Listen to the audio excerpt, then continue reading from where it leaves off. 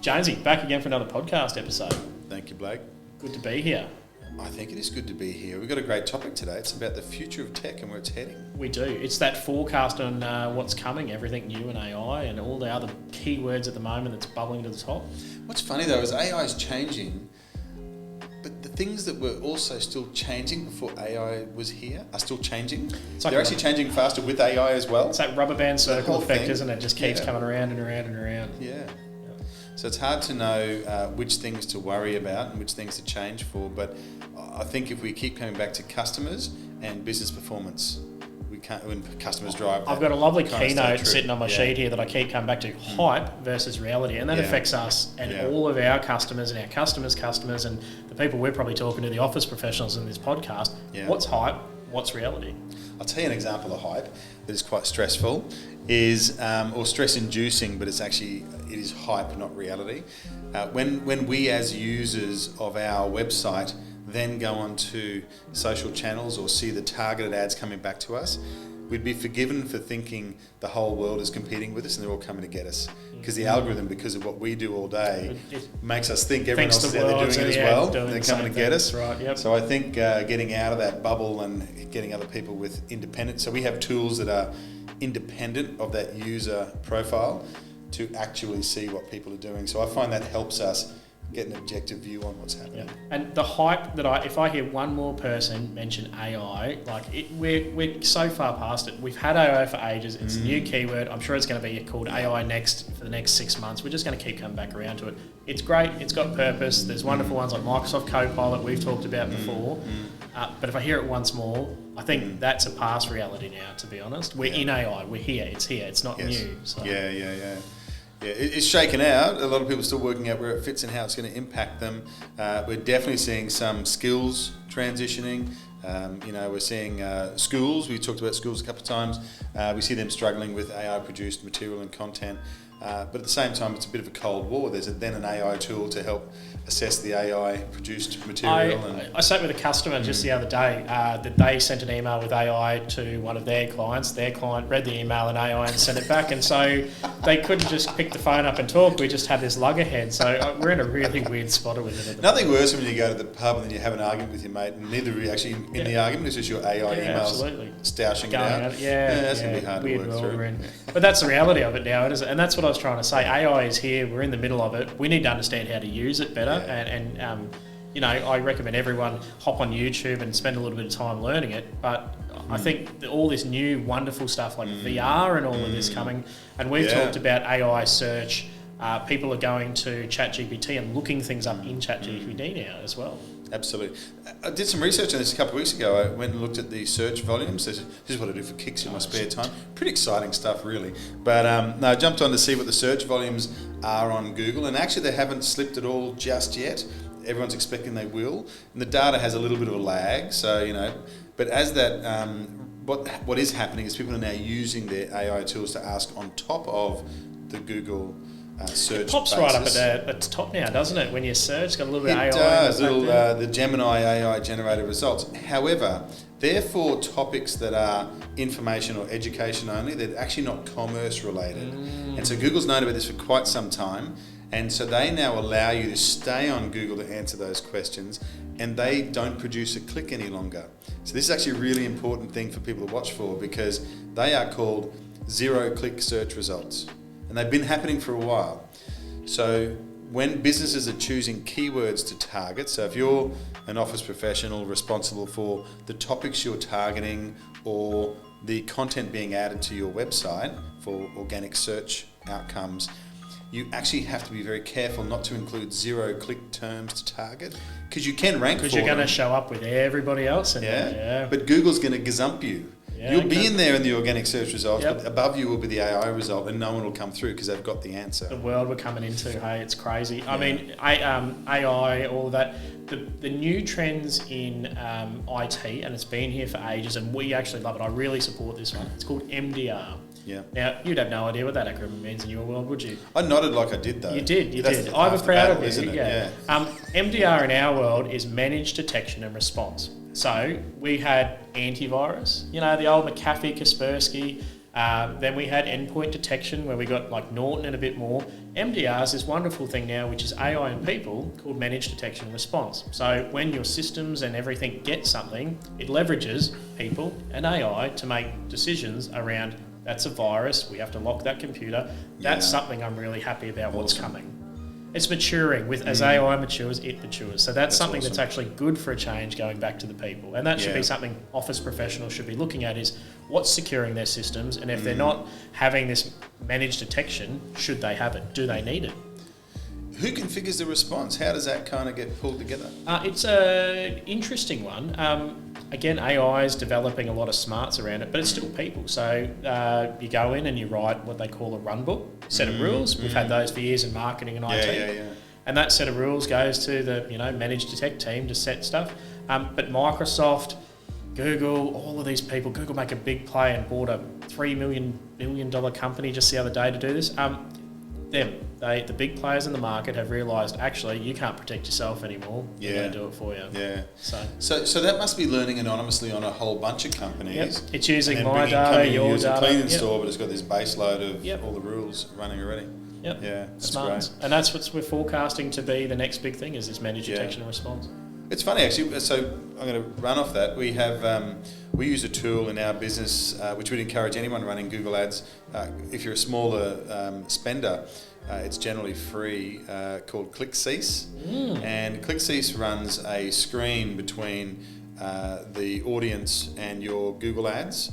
And what it will use is machine learning and people's behaviours and IP detection. So if it sees someone behaving in a non-human fashion, or from a territory where it's a known IP address, as in the IP address tells us the origin of that user's computer, if that IP is known to be a bad actor and someone who is not real, then they'll block them from clicking on your ads.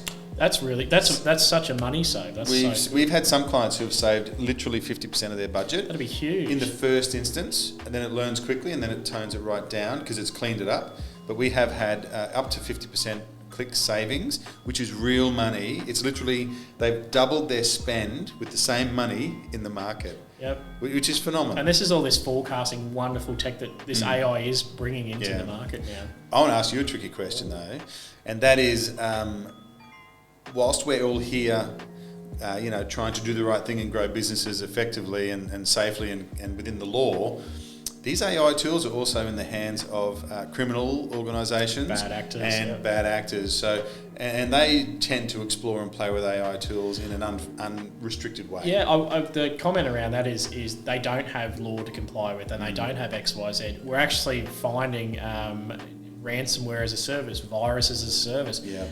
Kids that are 17 in high school get onto ChatGPT now and please write me a virus. Yes. Really weird things that are coming. Yeah. That hasn't changed. There's always been that nefarious stuff, but it's accelerating as we move forwards, which is worrying if you don't know what you're doing. Yeah.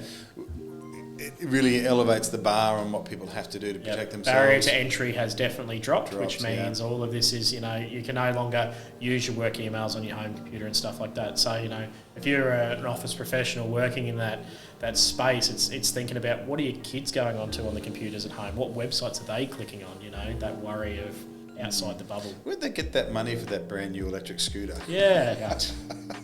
Well, even lists, how cheap lists are to buy. And, absolutely. And they're mostly rubbish. But if you've got computing power and you don't care about the Privacy Act and other restrictions, you go to town, can't you? Absolutely. I think what won't change for us as IT, and I'll ask you too, what won't change for marketing, it's still people-driven, and I'm sure it's still people-driven in marketing. People still need to go in and understand businesses, understand systems, look at things from a human perspective, because we layer all this smarts on top of it, but it still doesn't know that Steve needs to get onto this website at 8 a.m. on a Monday because that's how he places his order, and I'm sure it's the same in marketing. It is, and the AI that is baked inside of the marketing tools, its job is actually to spend your money because it doesn't work for you, it works for the platform that built it. And so the challenge for us, for our clients, is to give them an unfair advantage by managing that spend, controlling some of that unrestricted or even poorly directed spend, but it's got plausible deniability that it should have been the right thing to do. We're even seeing some of the controls that you might have as a marketer be blunted, so you can't do those things anymore that we used to. If you think of an old school example, if we were putting an ad in a newspaper, you would be able to say, "Oh no, I'm doing flights to Bali. I want that to sit in the travel section, thanks." With Google, you don't get to choose where you're at. It just makes a mind of its own, doesn't it? It just turns up out there. So we spend a lot of our time not quite saying where we want it to go. We spend our time saying where it's not to go. Yep. I don't want my clients' mobile banner ads sitting in Words with Friends. I just don't. We know that we never get conversions there. But I do want my agricultural clients, for example, I want them in, the elders' weather domain. Absolutely. Where right time, right place, right? Same, exactly like you said with the newspaper. I can pick it up and I can see it, and that's where I want it. Yeah, and you can get that contextual relationship. So the other things we're expecting what will happen in the next little while is the getting our clients' information into those data sets that are informing the large language models. And that helps IT as well. Having that data and that data flowing through correctly helps us identify things we need to stop, block, geo-lock countries out from our customers going, absolutely, why are we getting traffic from Iran, Iraq, etc., etc.? Yeah, and that data fluidity. So the data I've collected in various places, being able to go into a clean, useful, trustworthy data set from us, and then making that available to the tools to interrogate it. So important. And it's never going to change. That's always moving forwards. Better data, the better we can do our jobs. Do you think that'll be a big unlock? So the people who win in the future are those who have got that dialed in earliest? I think if you're not using data, you're going behind. I think that's the only way that we can actually deliver a good job. Because if you're just taking potluck guessing at things, especially in my industry, you're not going to get it right. It's evolving too quickly. But who are the problem, I think, is people already have too much data. But the wrong kind of data. And in fact, they don't even have the time to look at the data they've got. Yep. So as we create more, there's going to be this extra little business intelligence layer that sits in the middle. And that's where tooling like Copilot and everything comes in that we're seeing, because it's the ability for that data to be assessed quickly enough for you to get the piece out that you want. I know that I've got a meeting and these are the things I need to take. Not here's 500 meetings you've got in the next week, X, Y, Z. So what's a couple of things for you that our office professionals have to stay in front of for the next sort of 12 months? Big important one for the next 12 months. If you haven't, run a cyber health check. It's coming. We're getting letters from Microsoft all the time going, hey, your compliance needs to go up, X, Y, Z.